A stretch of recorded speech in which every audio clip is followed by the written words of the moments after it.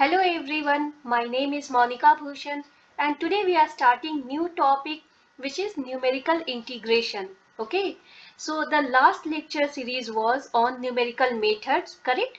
So there we had seen actually in the introductory class we had discussed the difference between numerical and analytical method, that what is the need of numerical method, fine.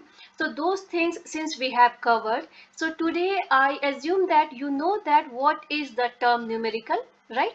And now we are going to see that what is the numerical integration. And under numerical methods we have covered the interpolation, but now we will be focusing on the concept of integration first. Okay, so integration, we are aware of this term integration, right? In our school days we have done integration also in calculus. The literal meaning of integration is what? This is the process of uniting different things. Okay, and in calculus we use large S sign to show that this is the integration. Fine, no, this is for sum of the area. So if we will talk little more technically, integration is nothing but area under curve. Okay, so what does it mean if I draw one simple graph? Fine, I'm just drawing one function. Okay, this is the function fx. Fine. And if I want to find the integration of this function fx between 2 points, suppose x equals a and x equals b, then what I'll do, I need to find the area under this curve. Okay, area under this curve I need to find. So that will only be the integration of this function fx between a and b. Okay, and I can write this in this fashion. Between a and b, I have to find the integral of fx. Okay. This is only area under curve and this is only integration. Fine. So what happens if the graph is very simple or the graph is known to us, then we will directly use the formula for integration. We have seen these things in our school days, right? Integration of sine theta, integration of cos theta, those things are well understood. But not always the graph will be that simple. Okay, so suppose if I will draw some other graph, okay, in our day-to-day life, in our mathematical computations, sometimes in our engineering work we always have to deal with very complex, complicated graph. Okay, suppose the graph is this much. Okay, now I have to find the integration of this graph. Okay, so if I have to find integration of this graph, this is your x-axis, this is your y-axis, and this graph is of fx. This is nothing but fx. Okay, but we are not aware of the nature of this function, or will say that this graph, this function is totally unknown to me. Okay, so in that case we cannot use the analytical method, or we'll say that we cannot use the calculus method to find the integration of this graph. Okay, or we'll say that to find the area under this graph. Okay, so in that case the importance of numerical integration comes into the picture. So this is the use, or this is the need of numerical integration. Okay, so in the numerical integration method, what we have to do? So what approach we are going to take? We are just marking the point. This is x equals a. This is x equals b, right? And I have to find the area between a and b. Area under this curve fx. So for that, what we are going to do? We don't have the formula for that. So we will be actually dividing this complete interval, which is a to b, we are going to divide into n equal intervals. Okay, suppose in this fashion I am just dividing it. So division is same, all are having the same distance between them. I have done what? I have divided complete a to b into n equal parts.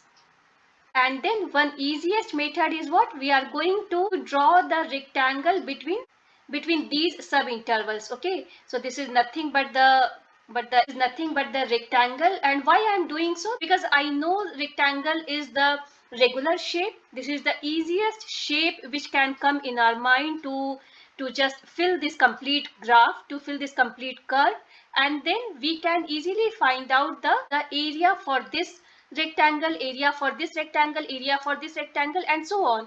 And later we will be doing what? We will be uniting the different areas. Okay, so that is the approach which we take for the numerical integration. Okay, but even you can see that the rectangle which we are putting, so those rectangles are not exactly the same shape of the curve, right?